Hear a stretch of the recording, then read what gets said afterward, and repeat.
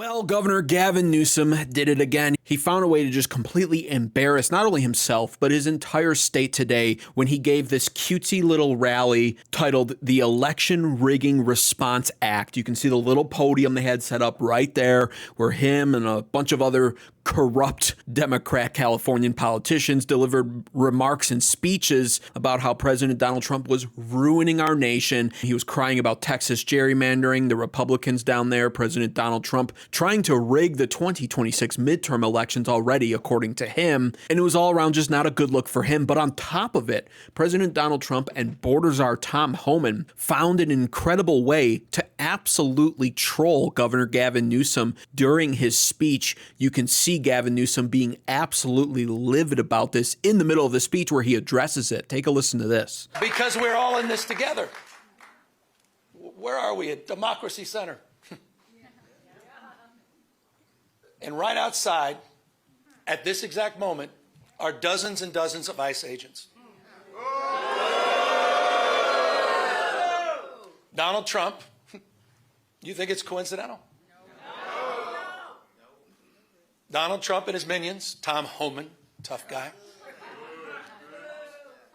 clearly decided, coincidentally or not, that this was a location to advance ICE arrests. And guess what? President Trump and Tom Homan decided correctly. Videos emerged on X of ICE agents and Border Patrol agents successfully arresting illegal immigrants just 100 feet away from where Gavin Newsom was delivering this speech. Take a look at this. What the fuck is wrong with you? People working! Go arrest fucking criminals!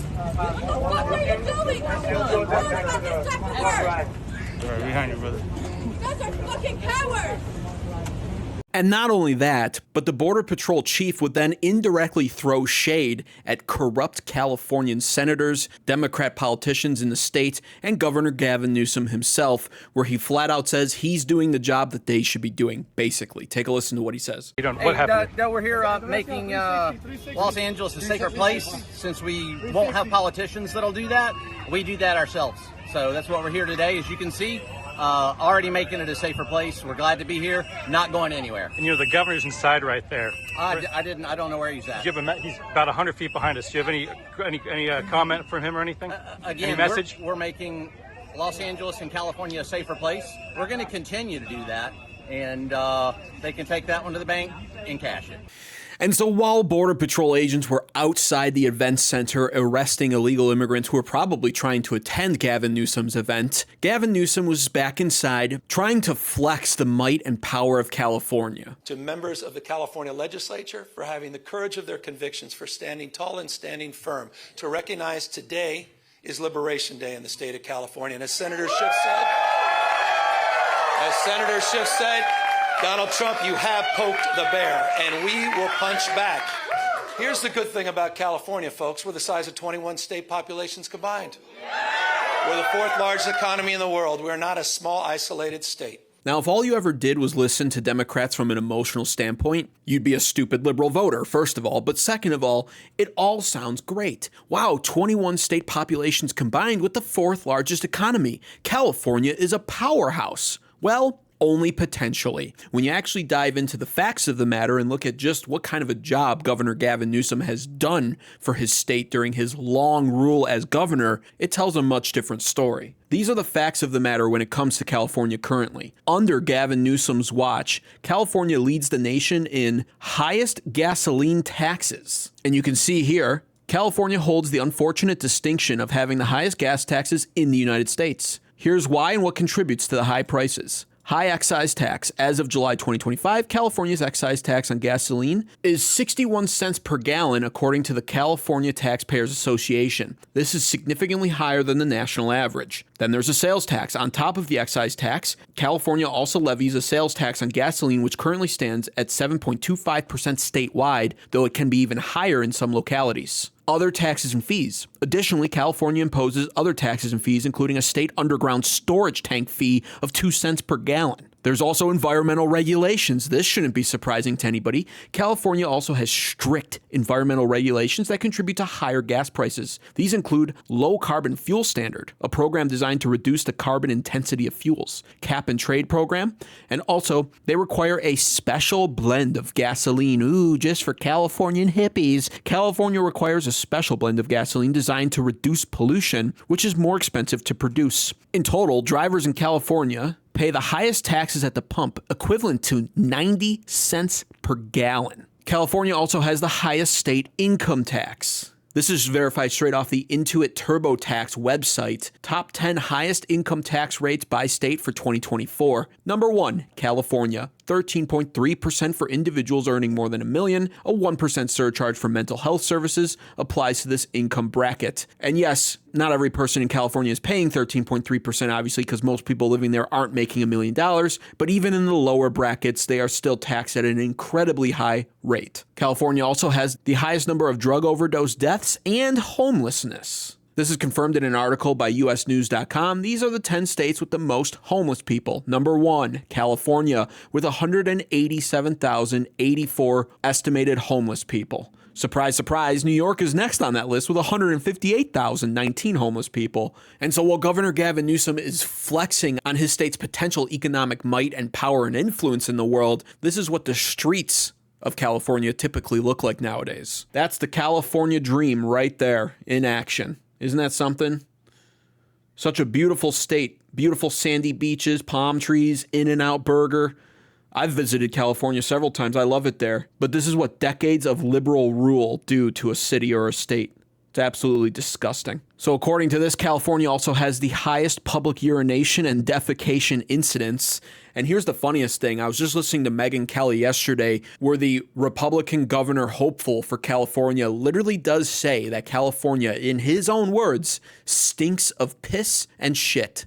And he says it with a very funny British accent, which makes it sound even better. Unfortunately, this seems to be all too true as well. I personally haven't been in the state of California for 7 years now, and a lot has changed and gotten even worse there, but it's not all that hard to imagine. There are several articles referencing San Francisco specifically having a problem with mostly homeless people just publicly urinating all over the streets and defecating on the sidewalks. Absolutely horrid. And once again, a uniquely liberal problem. And California also has sky-high electricity prices, even though the power frequently goes out there. And again, this is confirmed here on calmatters.org. California's residential and commercial electricity rates are the highest in the nation's lower 48 states, according to a monthly compilation by the California Center for Jobs and the Economy. And now, of course, how does Governor Gavin Newsom handle any criticism about this? And how does he choose to respond to these devastating record high stats, none of which make his state look good? Well, according to him, it is not the state's job to uphold the state vision. And I say this with love and admiration as a former supervisor and mayor. It's not the state's job to realize the state's vision. The state vision is realized locally. Localism is determinative. It is bottom up, not top down. What a smooth politician way to say, I don't have any responsibility for the deteriorating state of my entire state, and it's all of the local mayors and local politicians' fault, and possibly even blaming the citizens at that point as well. That's what he's doing there. Now, he's the governor of the entire state.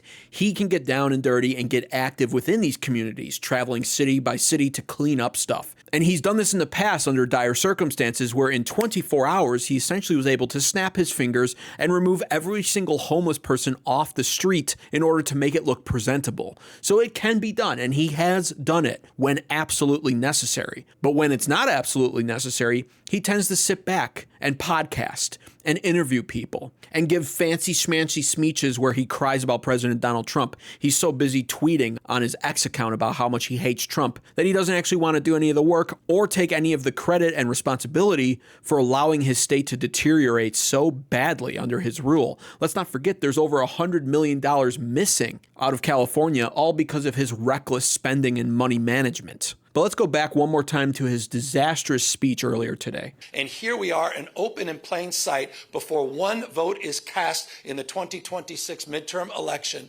And here he is once again trying to rig the system. He doesn't play by a different set of rules. He doesn't believe in the rules. And as a consequence, we need to disabuse ourselves of the way things have been done. It's not good enough to just hold hands, have a candlelight vigil, and talk about the way the world should be.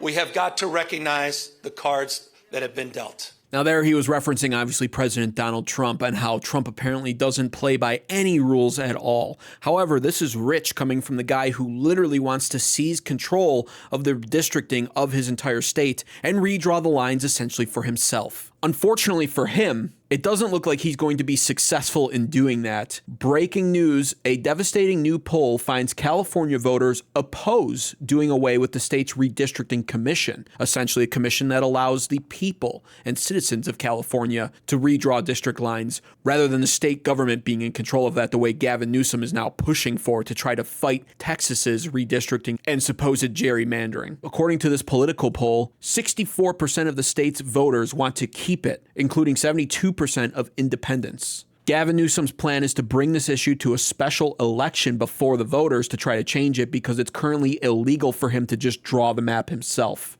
And so this is the kind of guy that literally wants to change the rules because he's mad at Texas correcting their district lines and redistricting their state according to more recent election results and fighting back on Democrat gerrymandering. California is also already gerrymandered and there's not much more juice left for them to squeeze. And speaking of not playing by the rules, this is also the same governor that allowed a flood of illegal immigrant invaders into his state, and he is actively fighting to keep them in California. And now it looks like, as of today as well, with more breaking news coming in, that Governor Gavin Newsom is going to lose that battle as well. He's not going to win in his efforts to successfully seize control of the redistricting of California. And now Attorney General Pam Bondi will revoke federal funding from California if Gavin Newsom refuses to end his state's sanctuary policy for illegal immigrants. And so Governor Gavin Newsom's speech today was not only a disaster, an embarrassment, not only was he trolled by President Donald Trump and Tom Homan with Border Patrol agents right outside his speech,